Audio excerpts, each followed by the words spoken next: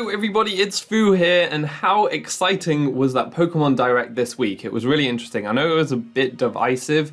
Some people didn't like it as much as others, but I for one did like it. Loads of new toys and additions to the Pokemon Sword and Shield games were announced, not least of which Galarian Slowpoke, which we've already got our hands on. It's the only thing that we can already use now, so I thought, why not try to do some stuff with Galarian Slowpoke while it's here, and that would allow me to discuss all the other stuff too. So I decided to try to sweep with Galarian Slowpoke, which actually turned out to be way easier than I thought it would be. I made it really bulky. It has a really high HP stat.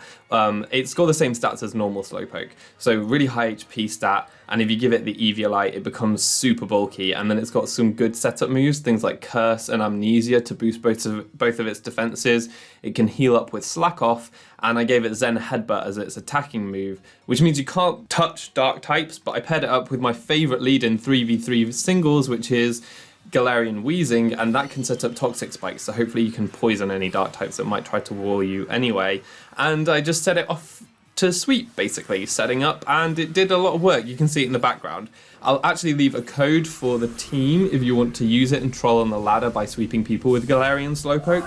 What you do is you lead with the Galarian Wheezing and set up Toxic Spikes or Memento, whichever is more important. Memento helps Slowpoke set up, but Toxic Spikes is really good for just stalling through teams while you set up. The rest of the team is kind of just taken from doubles. They all have Protect, which is really helpful on a Toxic Spikes team, but I did really well with it. I don't think a lot of people see it coming, and it's hilarious just to take all kinds of attacks with Galarian Slowpoke. So I'll just leave that playing in the background. You can see it sweeping people, which is very fun, and you can try the team with the code at the end of the video.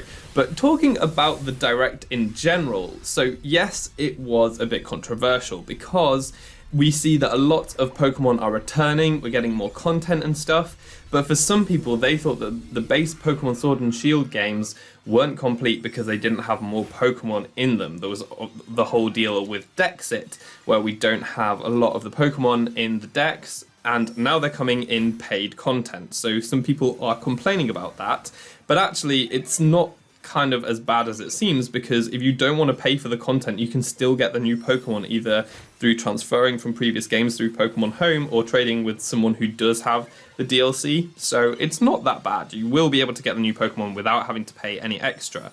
I kind of understand why some people are upset that the base games feel like they're lacking, but I love these games, so I'm kind of not of that viewpoint. I'm just really excited for new content, Pokemon coming back. We're getting things like Volcarona, which can now use the heavy duty boot, so that thing is going to be really scary, especially with Dynamax. You've got Garchomp that might even learn Dragon Dance with TRs, which is crazy.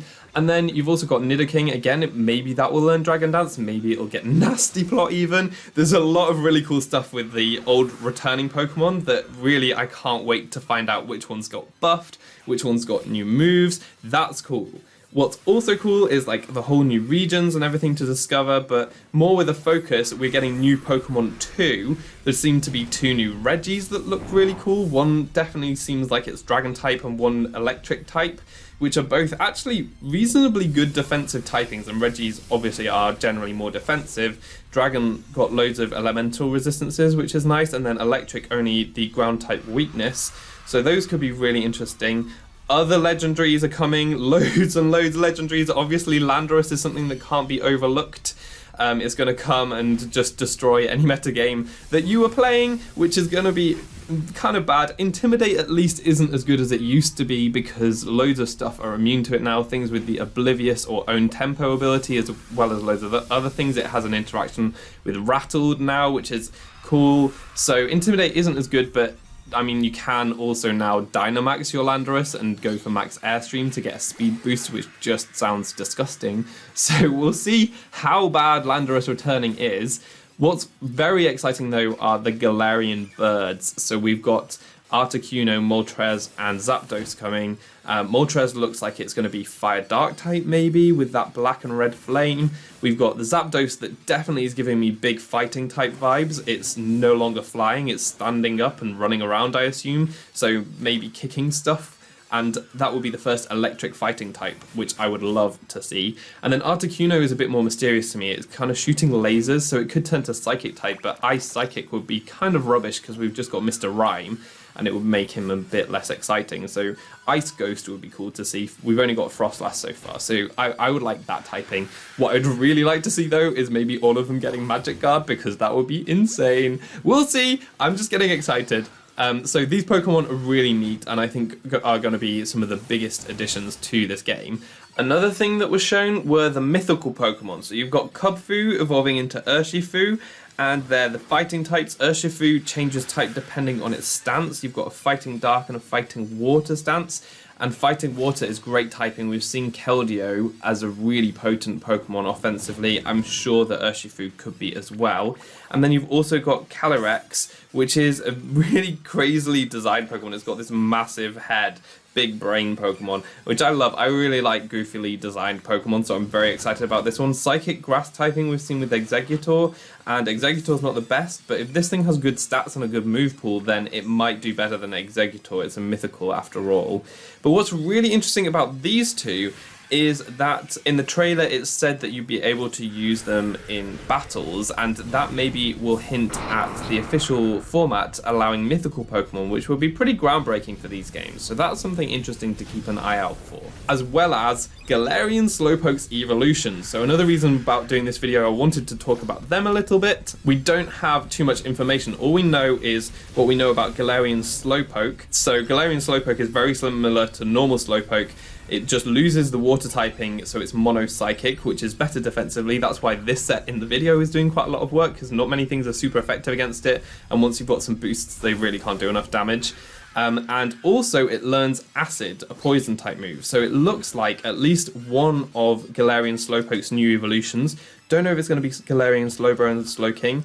It might be like new Pokemon. You know how like Galarian Yamask got Runeregus instead of Kofagrigus. So they could be new names. But yeah, looks like one of them might be Psychic Poison, which would be a new typing. Really interesting to see how that would function. It looks to be pretty good defensively and has some cool offensive options too. And we already know that they'll have insane coverage because Galarian Slowpoke has insane coverage.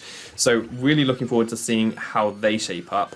We also know that Galarian Slowpoke has the Gluttony ability over Oblivious, which I don't know how useful that will be. Gluttony is good for stuff that needs recovery, but they already get Slack Off, and it's also good for things that don't get many boosting moves because you can use boosting berries a bit easier, but they already get loads of boosting moves. So I don't think that Gluttony is going to be super useful over something like Regenerator, for example.